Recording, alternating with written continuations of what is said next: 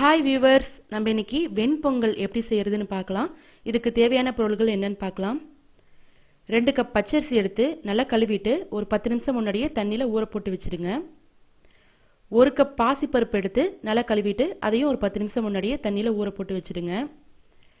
2 teaspoon சீரகம், 2 teaspoon மிளகு, கருவேப்பிலை, 2 பச்சை மிளகாய் எடுத்து கீறி வச்சிடுங்க. இஞ்சி, 5-6 முந்திரி, எண்ணெய், ஒரு 5 டீஸ்பூன் நெய் எடுத்துக்கோங்க. தேவையான அளவு உப்பு. இப்போது வெண்பொங்கல் எப்படி செய்கிறதுன்னு பார்க்கலாம். முதல்ல குக்கரில் அரிசியை கழுவிட்டு போட்டுக்கலாம்.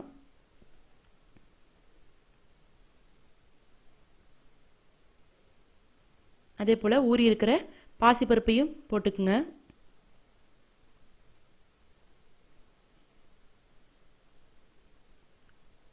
இப்போ இதில் தண்ணி அளந்து ஊற்றிருக்கேன். நம்ம 2 கப் பச்சரிசி, 1 கப் பாசிப்பருப்பு, மொத்தம் 3 கப் எடுத்திருக்கோம். இதுக்கு நம்ம 6 டம்ளர் தண்ணி தான் ஊற்றுவோம். ஆனால் வெண்பொங்கல் நல்லா குழஞ்சி வரணும், அப்போ தான் சாப்பிட நல்லாயிருக்கும். அதுக்காக மொத்தம் நான் 8 டம்ளர் தண்ணி ஊற்றிருக்கேன். இப்போது அதை அடுப்பில் வச்சிடலாம். தேவையான அளவு உப்பு போட்டுக்குங்க.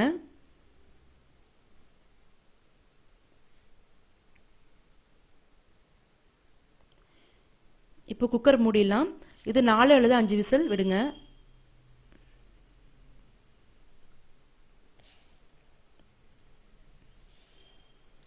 இப்போ 5 விசில் வந்துருச்சு. பொங்கல் நல்லா குழஞ்சி வெந்திருக்கு. இப்போ இதில் தாளித்து ஊற்றிடலாம். பேனில் எண்ணெய் ஊற்றிக்குங்க.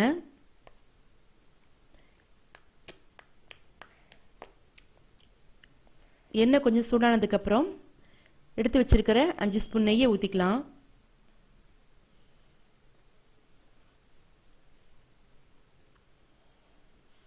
நல்லா கலக்கி விட்டுருங்க. எண்ணெயும் நெய்யும் நல்லா கலக்கிடுங்க.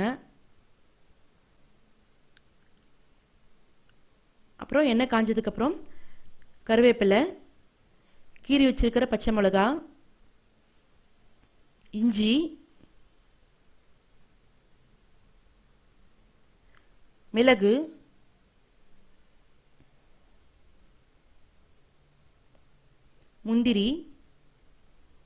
முந்திரி நல்லா பொன்னிறமாக வர வரைக்கும் வறுத்துக்குங்க.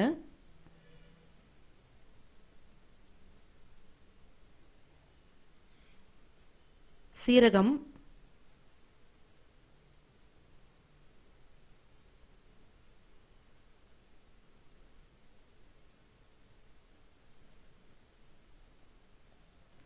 இதெல்லாம் நல்லா தாளிச்சுக்குங்க. இது நம்ம வெந்திருக்கிற பொங்கலில் ஊற்றிடலாம்.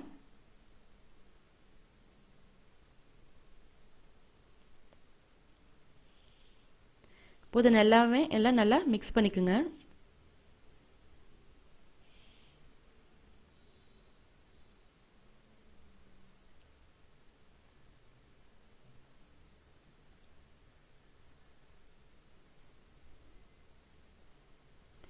இப்போது சுவையான வெண்பொங்கல் ரெடி. நீங்களும் உங்கள் வீட்டில் செஞ்சு பாருங்கள். உங்கள் கமெண்ட்ஸ், ஃபீட்பேக்ஸை சொல்லுங்கள். உங்களுக்கு பிடிச்சிருந்தா உங்கள் ஃப்ரெண்ட்ஸுக்கு இந்த வீடியோவை ஷேர் பண்ணுங்கள்.